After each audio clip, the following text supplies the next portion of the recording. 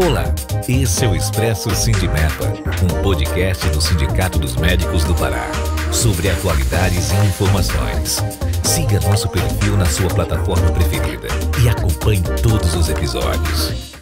Olá, tudo bom? Sejam todos bem-vindos ao nosso Expresso Sindimepa, o podcast do Sindicato dos Médicos do Pará. Eu sou a jornalista Mayra Monteiro e ao longo de 3 episódios nós vamos falar sobre a luta pelo piso salarial dos profissionais da saúde e sobre os desafios. Aqui ao meu lado, o Eduardo Amoras, doutor, cirurgião pediatra e diretor de comunicação do Sindicato dos Médicos do Pará. Doutor, sempre uma honra. Nossa, prazer estar aqui com a Mayra e hoje com os nossos ilustres convidados, a doutora Sandra Everson, representando o OAB, representando o DIEESE, a Mayra vai habilitada melhor, mas é uma oportunidade a qual eu convido todos a pegar o seu cafezinho e acompanhar o Expresso Sindimepa, porque o assunto é muito atual, importante para a nossa coletividade e para uma construção futura. É verdade. Para falar sobre esse tema que envolve direitos, valorização e desafios históricos da categoria, nós trouxemos hoje aqui nos estúdios 2 convidados que vão nos ajudar muito a entender esse tema. Everson Costa, supervisor técnico do DIEESE, e doutora Sandra Mourão, especialista em direito do trabalho. Everson, doutora Sandra, sejam todos bem-vindos, obrigado pela presença. Obrigada, Mayra, doutor Amoras, é um prazer estar aqui e a gente vai ter um bate-papo muito legal e interessante e eu espero que a gente responda todas as dúvidas que porventura aparecerem. Mayra, doutor Amoras, doutora Sandra, espero que a gente possa ter aqui uma boa reflexão e principalmente para quem nos ouve e assiste, que possa encampar essa luta com a gente. Que legal. Vamos começar, então? Vamos lá. Olha só, então antes de falarmos de luta, nós precisamos primeiramente entender o que de fato é o piso. Everson, para quem de repente está nos ouvindo pela primeira vez, não esteja familiarizado com o tema, fala para a gente como é definido o piso salarial no Brasil, qual a sua importância e o que acontece quando ele não existe. Ele impacta, com certeza, na valorização do trabalho dos profissionais. Bem didaticamente, inclusive, peço até o apoio jurídico para tal, se for o caso, em outras formulações, mas a gente está falando de categorias que precisam minimamente, além da sua organização funcional, né, a delimitação das suas funções, todo o aprendizado. Esse trabalhador, né, esse profissional, ele precisa ter uma remuneração condigna, né? E os pisos salariais, eles vão justamente nessa linha, para determinar qual o valor mínimo, e aqui é bom esclarecer que o piso não é o valor que não pode passar ou deixar de ser pago, pelo contrário, você não pode deixar de pagar aquele valor mínimo, mas não significa dizer que você pode, a partir dali, incrementar, inclusive pagar um pouco mais. Mas esse valor mínimo ele tem que obedecer a função, as especificidades. Ele varia bastante em relação não só a essas especificidades, mas também pode variar por região, varia por categoria. Nós temos já o próprio salário mínimo, que é o grande balizador do menor piso salarial pago no Brasil. Às vezes tem gente que confunde, que acha que o salário mínimo é pago para quem não tem nenhum tipo, por exemplo, de qualificação. Quando, na verdade, é a menor remuneração paga no país para que você possa dar àquele trabalhador, né, o pagamento pelas suas horas de trabalho, por aquele tipo de atividade desenvolvida. A partir daqui, a gente tem outros desdobramentos. Então, você tem os comerciários, você tem os trabalhadores da construção civil, você tem engenheiros, advogados e médicos. E nessa perspectiva, a gente vem lutando, particularmente aqui no estado do Pará, para que não só essa categoria seja reconhecida pela sua importância, pelo aquilo que trabalha, pelo aquilo que oferta, mas acima de tudo, para ter uma remuneração que seja respeitada. E nessa construção o piso entra. Ou seja, a gente está buscando um piso que remunere esse médico de maneira digna, tá certo? E possa fazer essa relação de respeitabilidade entre aquilo que ele estudou, o serviço que ele presta, e claro, a gente sabe que ao longo desse percurso tem outras variáveis, mas acima de tudo, um valor mínimo. Se não isso, a gente tem, como você bem falou, uma precarização e demais outras questões que afetam não só o médico, mas principalmente a própria saúde pública.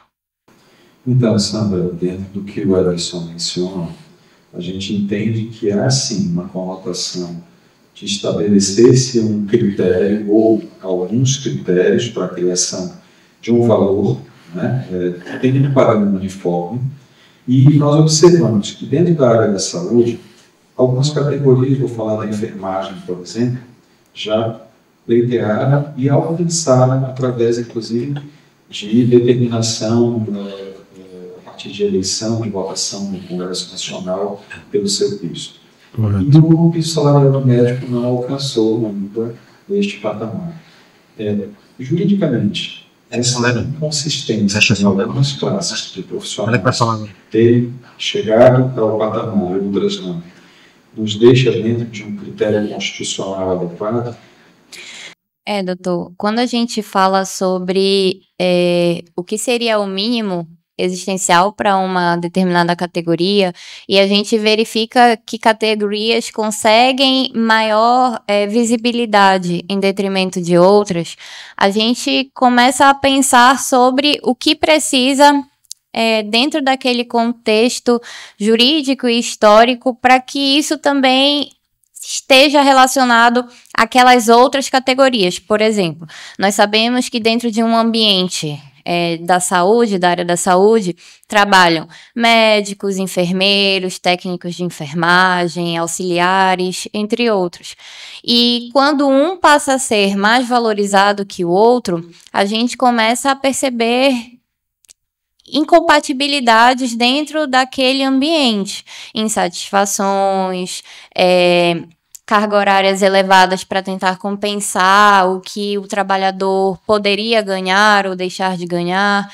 E em um ambiente jurídico e constitucional, a gente tem que batalhar sim para tentar fazer com que essas profissões sejam valorizadas dentro dos seus ambientes. Quando a gente vê uma luta como a da enfermagem, que ganhou repercussão geral, conseguindo um retorno, a gente pensa que aquelas categorias outras que eu mencionei anteriormente também precisam desse poder de se unir para mostrar que também precisam ser valorizadas e que, portanto, é necessário, claro, a contraprestação financeira, né? A gente não pode esquecer que se você trabalha, você precisa receber essa contraprestação. Dignamente, sabemos que os profissionais da área da saúde, principalmente no âmbito de hospitais, acabam tendo uma carga mais elevada. Então, eles precisam sim dessa valorização. Tá certo. Vamos falar agora sobre dados, Everson? Eu queria, inclusive, reforçar ainda na perspectiva do que a doutora falou e também trazendo para a questão de dados, não é uma iniciativa nova, né? Quando a gente fala estabelecimento de pisos, a gente falou aqui há pouco do salário mínimo, que tem uma política até de valorização, inclusive, tem também aqui por trás de tudo isso categorias importantes como a enfermagem, e aí você tem todo um instrumental político de mobilização e principalmente legislativo para poder fazer a coisa acontecer, mas tem também os pisos regionais, né? Eu não sei se as pessoas conhecem, mas nós temos pisos regionais estaduais que foram definidos respeitando justamente o que é fundamental para pensar no piso, as especificidades.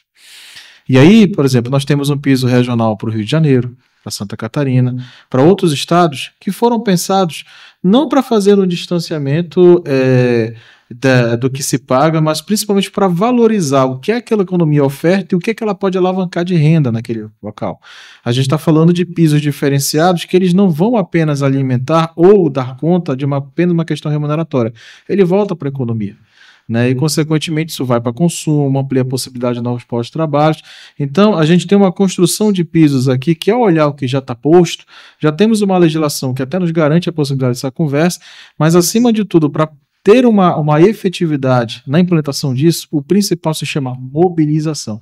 Porque até mesmo os pisos estaduais e regionais não vieram assim tão fáceis. Eles vieram de uma proposta, de um reconhecimento de uma economia pujante, da necessidade de melhoria de renda e condição de trabalhador, e fazendo essa analogia para o sindicato dos médicos para a categoria médica, a gente está falando de uma categoria importante, fundamental, que faz também a economia desse estado, mas que não tem uma remuneração que possa lhe dar a condição de fazer isso de maneira correta, e principalmente dentro de um estado que o custo de vida é elevadíssimo, embora sejamos um estado muito pujante economicamente falando. Então, nós temos uma trajetória de pisos aqui que elas necessitam de um caminho que principalmente traz o coletivo, reforçando essa perspectiva, mas acima de tudo embasado por uma categoria organizada. E aqui entra a importância do Sindicato dos Médicos, não só na defesa do tema, mas na correlação de forças com outras questões para a gente poder avançar. Então, eu queria aproveitar o gancho para comentar que, naturalmente, é incoerente o profissional de saúde tem que se distanciar de grandes centros, onde ele vai ter limitação à educação continuada, vai ter um custo de vida que, curiosamente, às vezes suplanta da própria capital, da região mais central, e, curiosamente, ele não tem bônus, ele tem apenas o ônus por isso. Então, esses critérios, eu acho que eles devem, certamente, demarcar um mapa de como essa remuneração tem que ser avaliada pelos nossos gestores, pelos nossos políticos, né? Porque, na prática, isso não só distancia o profissional capacitado do interior do Estado, das regiões mais longínquas, mas também traz um déficit para a própria economia nesse cenário, como você falou, né? Exato. A gente acaba perdendo a capacidade de reter talentos e de ampliar esses próprios talentos, né? Esse capital humano fundamental estratégico para que a gente possa dar vazão aí à boa política pública da saúde, por exemplo, quando você não tem implantação de um piso. Sim. Vamos falar sobre dados? Vamos lá. Everson, como está a remuneração dos profissionais da saúde no Pará e no Brasil? Então, para poder fazer essa análise, a gente considera alguns indicadores, né? A gente tem feito um estudo com o Sindicato dos Médicos em parceria, inclusive, com a assessoria jurídica, não só em pensar um pouco do que seria esse caminho jurídico, mas quais são essas bases remuneratórias hoje no Estado. Temos aqui uma base de dados importante, que é a RAS, que é a Relação Anual de Informações Sociais, que ela traz um rendimento que apura quem está no serviço médico com carteira assinada, quem está no serviço público, quem tem algum tipo de contrato formalizado. Se a gente apanhar os dados de 2023, e por que deles? Porque 2024 ainda estão sendo fechados para serem divulgados agora, a gente está falando de uma remuneração aí que se aproxima da casa de R$12.500. E aí alguém de fora, principalmente quem não atua na área médica, vai entender ou pode pensar que esses R$12.500 são líquidos certos. Mas eles não funcionam dessa forma. Primeiro que a gente está falando de uma remuneração que, quando você olha a quantidade de vínculos médicos no estado do Pará, ela traz um outro número alarmante. Nós temos mais de 20 mil médicos, né, em todo o Pará. E quando você olha quem atua no mercado de trabalho, a gente não consegue identificar essa quantidade nessa mesma razão. A gente consegue identificar que existem mais de 4.200 vínculos que estão nessa base de salário. Mas isso não quer dizer que todos eles ganham esse mesmo valor. E quando a gente faz um recorte nacional, os médicos hoje têm a remuneração ali pelo meio da tabela nacional, ali pelo 13º, 14º, sendo que, a depender inclusive da especialidade, a gente pode ir para o final dessa tabela. Vejam que nós temos aqui, pelos dados postos, médicos que chegam a ganhar de R$2.200 a outros que podem avançar um pouco mais dessa média. Mas a quantidade de vínculos necessários para que ele possa atingir essa média também chama a atenção. Não é apenas um vínculo. Nós temos aqui médicos no Pará que têm 1, 2 até 3 vínculos e outras formas de trabalho precarizadas para poder chegar numa média salarial e fazer conta desse alto custo de vida que nós temos aqui. E um outro dado que também chama a atenção é a distância que nós estamos desse salário médio até para a média nacional, que vai acima de R$13.000, aqui, portanto, bem abaixo, e a distância que existe entre a média paga às mulheres médicas e entre homens, que inclusive as mulheres são maioria nesse mercado de trabalho formal, médico, mas a diferença de salário pode chegar a mais de 20%. São coisas que chamam a atenção. Por isso o piso, por isso as leis, por isso a mobilização para que a gente possa avançar nessa questão. Então, Sandra, para isso hoje o Estado ele regula muito esse mercado através do CNES, o Cadastro Nacional de Especialidade, que limita inclusive carga horária, né? Do ponto de vista prático, falando juridicamente, há uma necessidade. O médico ele não trabalha em muitas pontas porque apenas gosta ou quer, mas porque muitas das vezes, não havendo esse piso, não havendo um valor mínimo, ele às vezes consegue um valor indigno e precisa ter uma área de atuação em várias pontas. Juridicamente isso está adequado? Doutor, quando a gente pensa que a nossa realidade de atendimento no sindicato às vezes envolvem médicos que têm 3, 4 vínculos para tentar obter esse padrão remuneratório que foi apresentado pelo Everson, a gente verifica que isso começa a ficar de uma forma atenta no âmbito da sociedade. Por quê? Se a gente tem um profissional esgotado que se coloca no mercado ante a necessidade de manutenção própria, manutenção de família e outras questões pessoais que o fazem ter que procurar maior vínculo de trabalho, maior carga horária de trabalho.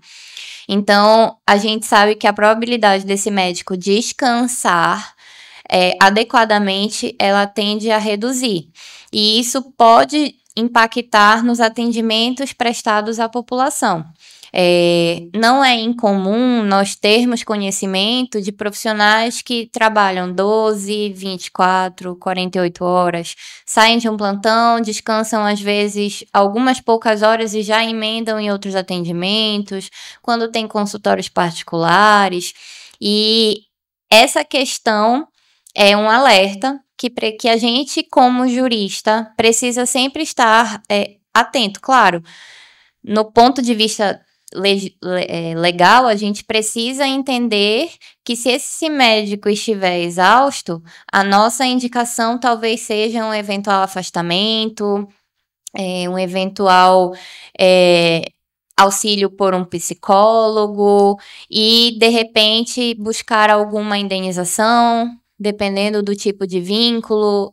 Tudo vai depender do contexto, mas basicamente são essas as vertentes que, em princípio, a gente pode ter como, juridicamente falando, para atender esse profissional. Certo. E Everson, em termos de mobilização, como essa luta ela vem sendo acompanhada pelo Diese?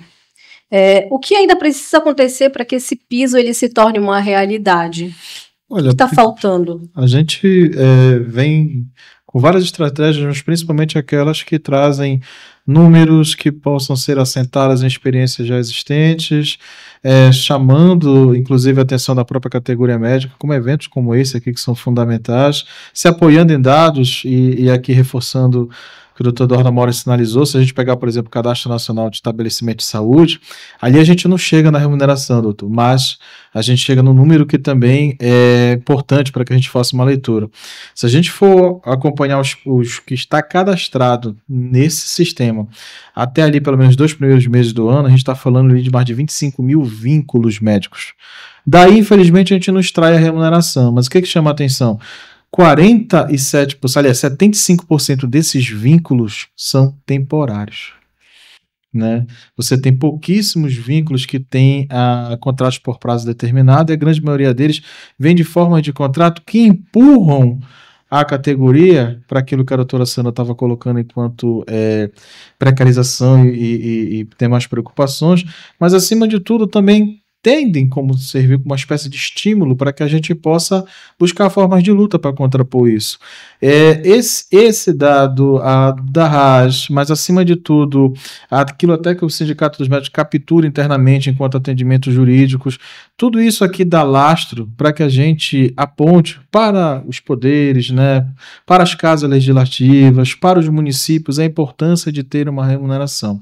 Lembro bem que aqui a gente comentou rapidamente na questão da enfermagem, houve toda uma mobilização para que nós tenhamos o piso, e que bom que temos o piso hoje, ainda que nas mesas de negociação definidas pelo Supremo Tribunal Federal regionais em estabelecimentos privados, a gente tem que ir para a mesa de fato negociar. Então a gente não tem total garantia, mas temos o mínimo estabelecido.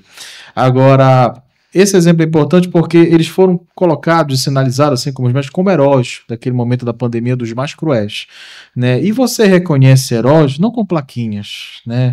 As homenagens precisam ser mais reais, práticas no mundo que a gente vive. E a começar pela condição de trabalho, mas enxergando o pagamento mínimo e justo, esse é o mais importante. As pessoas têm uma falsa leitura, e o médico precisa também compreender aqui esse lado, tem uma falsa leitura de que, ao ser médico, o cidadão, ele já está com a remuneração garantida, com essa saúde perfeita, que ele não adoece, que ele não padece de problema algum. Não, ele é um cidadão comum, ele tem problemas, ele adoece, ele também está endividado, ele também está na informalidade, e ele não tem piso, que é mais grave.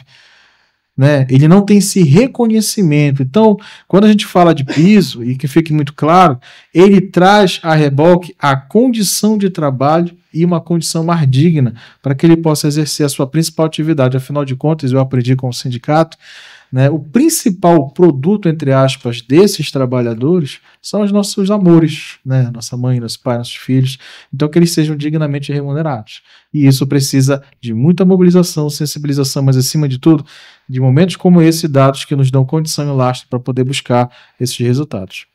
Perfeito. Everson, Sandra, muito obrigada. Foi um diálogo muito esclarecedor, não é mesmo, doutor? Com certeza, sempre. Eu queria convidar a todos para participar do próximo episódio. É um assunto que puxa tantas possibilidades, tantos debates. E eu queria fechar esse bloco só sinalizando para iniciarmos no próximo que sim, o médico, como todo profissional de saúde, ele tem um juramento. Nós somos muito cobrados por isso no dia a dia. Você fez um juramento, você não tem que se preocupar com a parte financeira. Não é bem assim, né? Não é, Sandra?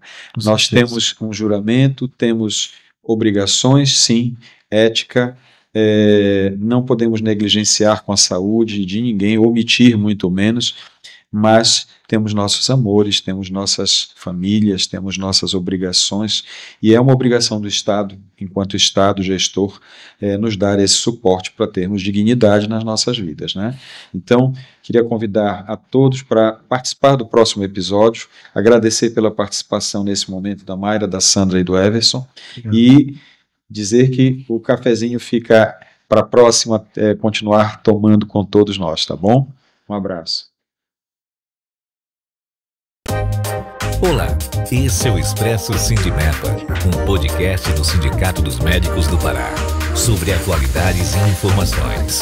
Siga nosso perfil na sua plataforma preferida e acompanhe todos os episódios.